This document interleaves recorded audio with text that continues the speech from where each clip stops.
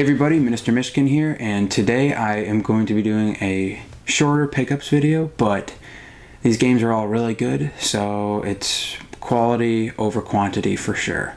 These are all game store pickups, but I got a great deal on all of them, and I'm happy to add each and every one of them to my collection.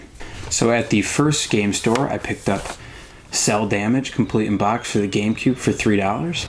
Cell Damage was a game that I was looking at getting for the Xbox at release because I got an Xbox when it first came out, and it has a cel-shaded graphic style to it that holds up really well today, and it's a vehicle combat game. So I've always wanted to pick this up, and for $3 complete in box, I am definitely willing to give this a try. For $6 complete in box, I got Star Wars Episode 1 Racer for the Dreamcast, one of my favorite games for the N64, and I saw it for a good price. $6 complete in box is great.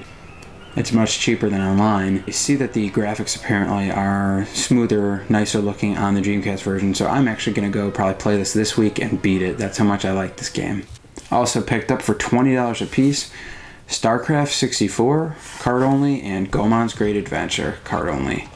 So for 20 bucks a piece, I got basically a $30 game and probably a $35 game.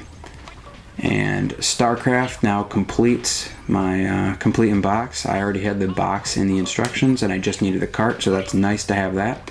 And surprisingly, I actually enjoy this game, so next time I have a friend over, I might have to play this. And Goemon's Great Adventure is definitely probably in the top 3 games I wanted to get for the N64 that I didn't have.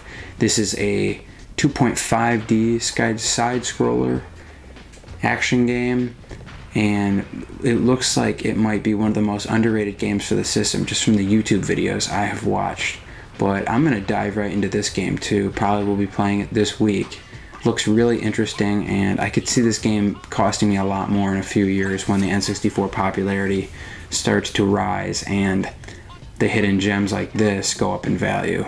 At the next game store, I picked up Thunder Force 2 complete in box for $4. It's a no-brainer. I picked up a Lightning Force the other day, and this is in the same series, and so I thought for sure I'd pick this up. I've been looking for shoot-'em-ups for the Genesis, and this game looks great. Also picked up Liberty or Death complete in box for $30 for the Super Nintendo. This is the one game I picked up that I do not plan on keeping. I'm gonna try to resell this for maybe $45 and make a little bit of cash off of it. Oh, and lastly, I also did just get today in the mail from eBay Metal Gear Solid Twin Snakes for the GameCube. This is a game that is supposed to be pretty fun. It's a remake of the first, I think the Metal Gear Solid for the PS1. And this is one of the more valuable GameCube games. You'll see this for $30 or so, but I sniped it for 10 bucks on eBay, and it's in really good condition, complete in box. Really happy to have it now. I thought instead of making a whole nother video, I would just show you guys some more pickups I got later in the week. All at one electronics resale shop, I picked up Mario Bros. For Game Boy Advance from the classic NES series. I got this for $5. These go for around $18. San Francisco Rush 2049. I got this game for $5, and it's worth about $12, $12 to about $15. And this is a game that I have very fond memories of playing the arcade version. We had a timeshare in Florida, my family, and there was an arcade, and I used to just go to it all the time. And what they had was a sit-down Rush machine, and it was this game. I'm not sure if it's called 2049 in the arcade. I think it is, but I had such fond memories of playing this game with my older sister. I think they had 2 arcade machines, 2 sit-down with the steering wheel and the vibration and the really like awesome stereo.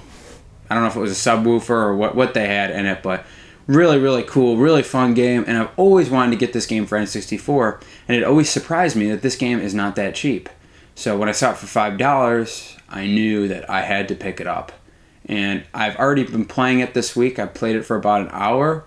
Not as good as the arcade version, but with the expansion pack in the N64, it looks very good for the system. It runs nicely, and the graphics are definitely one of the best on the system for a racing game. Funny story, I brought this to the register and it's GoldenEye N64 007 and it was going to cost me $2 and the guy just gave it to me for free because the label was so bad. And I looked at the contacts and they looked pretty bad too, but polished them up with some rubbing alcohol and some Q-tip. And you guys, if you don't know, that if your games aren't working well, take rubbing alcohol and Q-tips and clean out the contacts of it, and normally it makes it work like a charm, and it did on this. So I got this for free. GoldenEye's worth around $8 to $10. The Simpsons Bart's Nightmare, not interested in this game at all other than to resell it. Cost me $2. I think it goes somewhere from $8 to $10 also. I've sold a few of these before. I've never really had any interest in playing this game. This one is for sale for sure. Saw this game at $3 and absolutely could not pass it up. Every time I see a game in this series for a good price, I always make sure I pick it up. And it was Dragon Ball Z, and it's called Super Dragon Ball Z for the PlayStation 2. I love Dragon Ball Z. It is one of my favorite things. It's definitely one of my favorite TV shows, probably top 2 or 3, and one of my biggest interests in general.